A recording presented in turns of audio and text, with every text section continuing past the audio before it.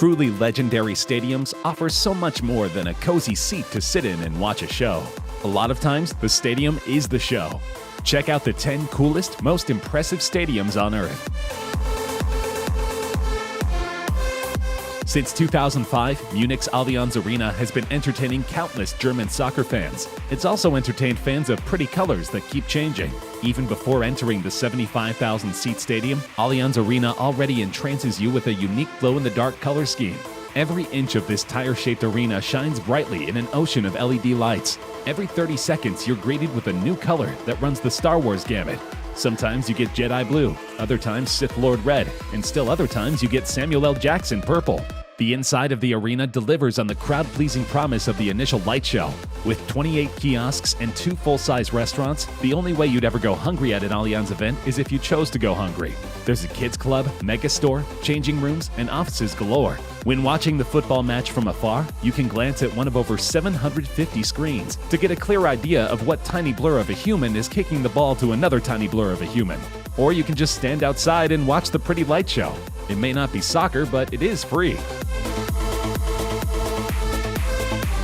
If your idea of a good time is watching the game while relaxing by the water, the float at Marina Bay is for you. The field is literally built on the water, like a sports-filled peninsula. On the land, you'll find a 30,000-seat set of bleachers, perfect for watching the athletes go. And you wouldn't be watching some small potatoes event either. At roughly the size of a traditional football pitch, the float is the world's largest floating stage. The float was created in 2007, meant to be a temporary stadium until a more permanent and more traditional one could be built. However, that never happened, and the float took on a life of its own as a wonderful place to see a show. You just won't often see a soccer match there, because good luck getting soccer fans to agree that only 30,000 of them can see any given match.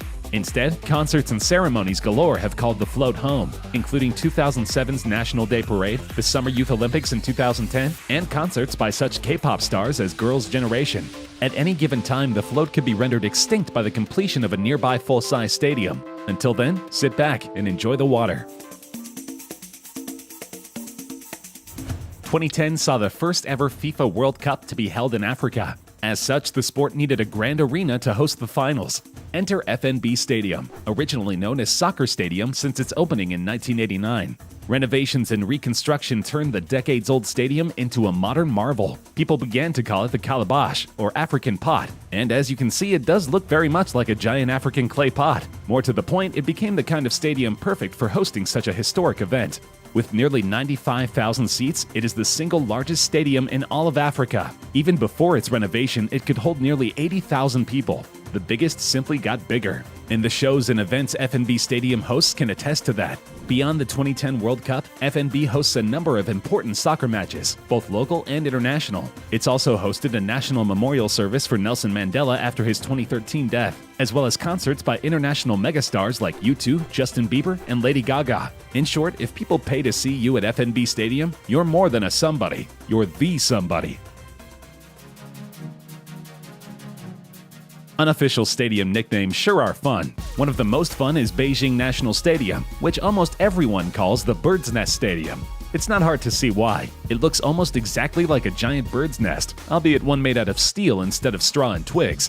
It took 42,000 tons of steel to assemble Bird's Nest, making it the world's single largest steel structure as of its 2008 opening. This complete reliance on steel offers the potential for this stadium to safely last well over 100 years in its pristine form. And since it can seat up to 91,000 people, we had all better hope it stays safe and secure for every day of its century-long life. Complicating the goal of a 100-year-old stadium is how the area surrounding it can be less than friendly on a good day. With earthquakes a regular concern, Beijing's government demanded that the stadium be built from steel to withstand them all. However, the weather outside is frightful, dipping as low as -20 degrees Celsius in the winter to -30 degrees Celsius in the summer. Such temperature extremes can cause steel to expand and contract, which isn't ideal when the goal is to keep 90,000 fans safe at all times. The solution? The construction team actually developed a new kind of steel called Q35. Its low sulfur and low phosphorus content can withstand both earthquakes and fluctuating temperatures, making Bird's Nest Stadium a revolutionary building indeed. Mother Nature clearly stands no chance against the tag team of soccer fanatics and engineering geniuses. Do you love both football and Skyrim? Then Taiwan's Kaohsiung Stadium is for you. Rather than design a traditional closed, rounded stadium, the architects behind Kaohsiung opted for perhaps the most unique design in stadium history. The walls surround three sides of the stadium field, like a horseshoe. But rather than close it in, the wall then juts out, forming what looks a lot like a tail. That, combined with the stadium's panels looking like scales or snakeskin, make the entire thing look like a dragon's tail. Or a question mark, if you're still too traumatized by the Game of Thrones finale to think about dragons. The tail doesn't just look cool, it's literally cool. Knowing how hot summers in Taiwan can get, the tail portion of the roof forms a tunnel under which hot air can pass and cool down, before entering the stadium and refreshing the 55,000 fans in attendance. Feng Shui plus science strikes again. No, not Macarena Stadium, though feel free to pause the video and dance around for a bit anyway. We'll wait. Okay, dance break's over, back to the video. Brazil's Maracanã Stadium has been around for ages. Opened in 1950 as the main venue for that year's World Cup, it is famous for holding the largest crowd to ever witness a soccer match. The 1950 World Cup finals drew over 200,000 fans to Maracanã. How is that possible, you ask? Simple. At the time, the stadium was not actually finished. There were few toilets and much of the stadium didn't actually have seats. Luckily for anybody who wanted to watch World Cup matches regardless of comfort levels, regulations regarding standing room-only crowds were lax, if not completely non-existent back then. So 6 figures worth of people crammed into an unfinished stadium and stood as close together as possible in order to watch the match. Let's hope they all remembered deodorant. Construction finally ceased in 1965, 15 years after the stadium opened. Even still, ungodly amounts of people crammed into the stadium on the regular to see the matches. Over 100,000 people attended a match 284 times in the stadium's history. But that hasn't happened since 1983, and don't expect it to ever happen again. Over time, more and more of the stadium received actual seating. Then, on July 19, 1992, a tragic accident occurred. An entire upper stand collapsed and killed 3 people while injuring around 50 others. That was enough to end SRO altogether and only allow seated patrons. Even still, Maracanã Stadium draws over 78,000 people per match, making it the largest stadium in all of Brazil. Regulations or not, Brazilians love soccer just as much now as they did in 1950. The original Wembley Stadium was born in 1923 and housed events and games aplenty until its retirement in 2000. The new Wembley opened in 2007 and improved on its parent in every way. It seats over 90,000 people, making it the largest stadium in Great Britain. But its sheer size isn't what makes Wembley memorable. The arch does that. Almost the entirety of the stadium's roof is supported by a 436-foot-tall arch that also helps to close and open the roof. Not completely, of course. Even on the worst of weather days, the pitch can and will find itself rained or snowed upon. But the roof does shelter every seat no matter what. So if you're a fan, don't worry about the elements. Plus, the roof does retract enough to allow warmth and sunlight on good days, not to mention when the pitch needs the sun to grow properly. Given its stature, Wembley Stadium has played host to tons of important events across the nation. Its influence even expands globally. Since 2007, the NFL travels there at least twice a year as part of their international series. Thus far, Wembley fans seem to enjoy weird American football just as much as they enjoy their own.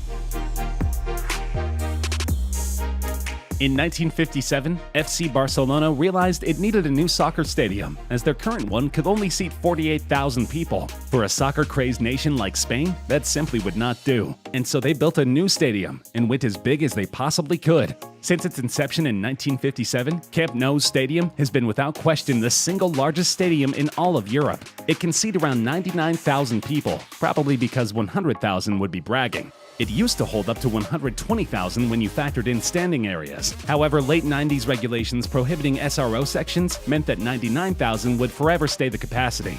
Not only is it the largest stadium on the continent, but it's also the best. In 1998, the Union of European Football Associations awarded 5-star status to Camp Nou. The UEFA has since replaced its stars with categories, but Camp Nou still has the highest possible designation, Category 4. Considering the stadium houses a chapel, several VIP lounges, television studios, a medical center, and even a club-centric museum, it's easy to see why. What makes this stadium even cooler is how its nickname, Camp Nou, eventually became the official name. Until the year 2000, the building was officially known as Estadio del FC Barcelona. FC Barcelona held a fan vote to determine the best name, and Camp Nou won with over 68% of the vote. Camp Nou translates to new grounds, which doesn't make much sense since the stadium is over 60 years old. But clearly, to FC Barcelona fans, Camp Nou Stadium will always be their baby. They say everything's bigger in Texas, so why shouldn't their football teams have the biggest stadiums of all? That's apparently what Dallas had in mind when constructing AT&T Stadium for the Cowboys. Their original venue, Texas Stadium, simply wasn't big enough. After all, it could only seat around 65,000 people. For America's team, that simply would not do. Their new stadium, which opened in 2009, seats around 80,000 people for a normal event, but its unique system, where seats are fastened together onto rails, allow for seats to be squeezed together and more added when necessary. Thanks to this innovation, AT&T Stadium can house up to 100,000 people for events such as the Super Bowl and the Cotton Bowl. The stadium itself is one of the most unique in all of sports. Two 300-foot-tall arches support the roof, which retracts enough to allow the elements onto the field, but not the stands. The field is technically below street level, so when fans enter, they get a full panoramic view of everything. And the Jumbotron is perhaps the most massive in the entire sports world. It's 160 feet long, 71 feet high, and hangs 90 feet above the field. It's so massive, in fact, that several football players have hit it while punting the football. Doing so massively screws up the player's intended field position. But the Tron isn't going away, so the players might as well get used to it. Easily the oldest and most historic stadium on our list, Athens Panathinaikos Stadium has existed since 330 BC and is still going strong. It took roughly 1,400 years off due to abandonment, but we won't hold that against it. In 300 BC, the Athenian statesman Lycurgus took a centuries-old racetrack and built a limestone stadium around it. 150 years later, a politician named Herodes Atticus renovated the stadium, this time out of marble. By this point, it could seat nearly 50,000 people and became the site for many major events, such as the ancient Olympic Games. Then, around 400 AD, Roman Emperor Theodosius I banned most festivals and games, meaning Panathinaikos Stadium quickly fell into abandonment and ruin. It remained a ruin until archaeologists unearthed it in 1835. Quickly, Athens made efforts to rebuild it, efforts which culminated in the stadium hosting the inaugural Modern Olympics in 1896. Panathinaikos Stadium is still in use today. It won't likely hold any soccer matches or major concerts, since the field is actually a long, thin racetrack rather than a wide-open pitch. However, it's perfect for events such as archery, basketball, and of course, racing. The stadium housed several events during the 2004 Athens Olympics, as well as the 2011 Special Olympics World Summer Games. Before that, the 1968 FIBA European Cup of Basketball staged its final at the stadium, where an incredible 80,000 people squeezed into the stands. An additional 40,000 watched while standing. Not bad at all for a non-traditional venue that's been around since Aesop was alive and writing his fables.